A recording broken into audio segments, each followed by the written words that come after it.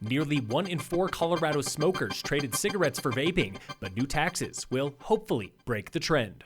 Phil Lindemann, Crystal 93 News. First, it's an old paradigm of backcountry travel. Always ride with a partner. Well, this past weekend on Loveland Pass, that saying most likely saved a life. Everybody was super respectful and listened to each other. There was no arguing or bickering about what needs to happen. That was Evan Hannibal, an EMT in Vail and part-time ski patroller at Copper. He was riding with a large group Saturday when a snowboarder lost his footing in a chute and pinballed to the bottom. I showed up and called his name. I pulled up right next to him. I was trying to get a response from him. He was unresponsive. Hannibal and another medical pro checked the unconscious rider for spinal injury. Finding none and bandaging a head wound, they prepped the man for transport just as he woke up. When we were talking to him, he started to groan and moan, and by the time we were getting him out, he was talking to us.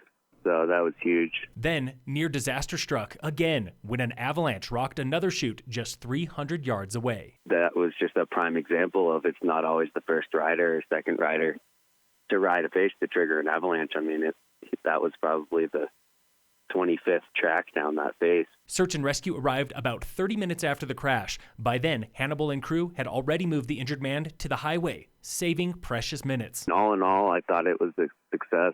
We got him stabilized and packaged and out to the road in 45 minutes. Today, the injured snowboarder is recovering from a broken arm and head injury. Last that Hannibal had heard, he is expected to recover fully.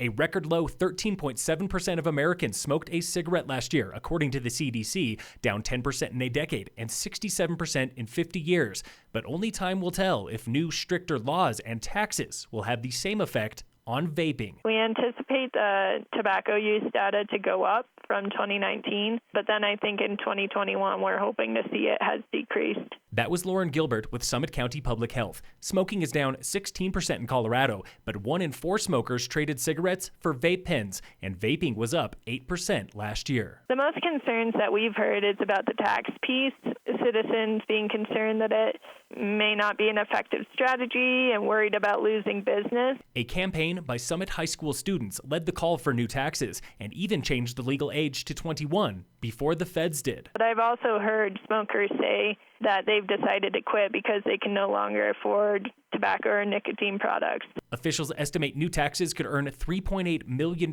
this year, paying for cessation and other programs. The goal in the end is lower rates for smoking and vaping.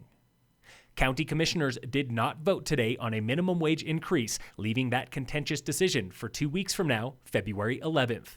Commissioner Thomas Davidson wants a 75-cent increase every year until wages hit $15 per hour. But business owners and local towns like Breckenridge are opposed, and Elizabeth Lawrence wants their blessing first. That leaves Karn Stiegelmeier as the deciding vote. Any wage increase would take effect in 2021.